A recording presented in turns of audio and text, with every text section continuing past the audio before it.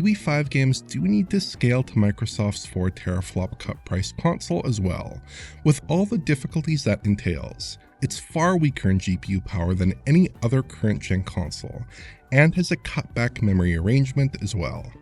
We see a few approaches here.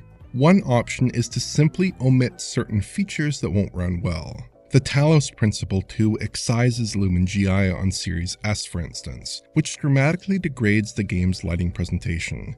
We don't get the beautiful occlusion and dramatic bounce that we see on Series X in its quality mode.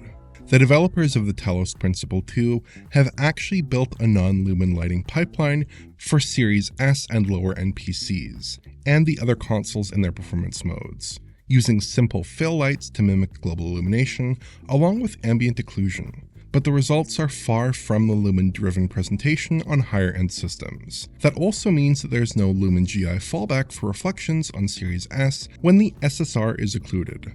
Likewise in RoboCop, where Lumin reflections are cut on Series S. The SDF-based reflections here are absent on the Series S, which creates some issues with occlusion and produces a less accurate material response on glossy and semi-gloss surfaces. Fortunately, the Lumin GI is retained here on the S, which is definitely the more important of the two techniques in this game, although it has to manage with fewer rays. The other approach is to retain those major UE5 visual features on Series S, and just degrade their appearance as necessary to keep performance in check. Jusant takes this path, lowering the resolution of virtual shadow maps somewhat, with more visible stair-stepping, and slightly decreasing the fidelity of the Lumin GI.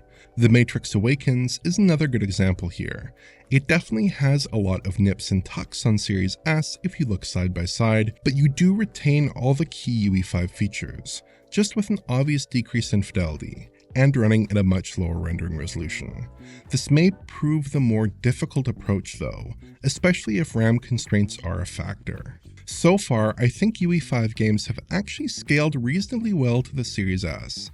There are obvious cuts, but I think the system, for the most part, preserves the essential visual character of the higher-end console versions of these games. The only exception in the games I've tested would be the Talos Principle 2, which looks almost generationally different at times because of the degraded lighting setup on Series S. Retaining Lumin GI is going to be critical here, I think, for most games. Performance-wise, the results are mostly similar to the higher-end consoles.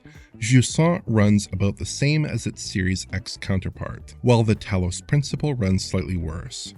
Immortals of Avium actually runs a lot better, with a pretty solid 60fps update, though this comes with a very low resolution as a trade-off.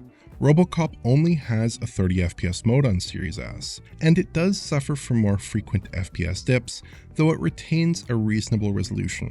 I'm not seeing huge cause for concern on the performance front on Series S, though in terms of visual features, the outcomes are more mixed.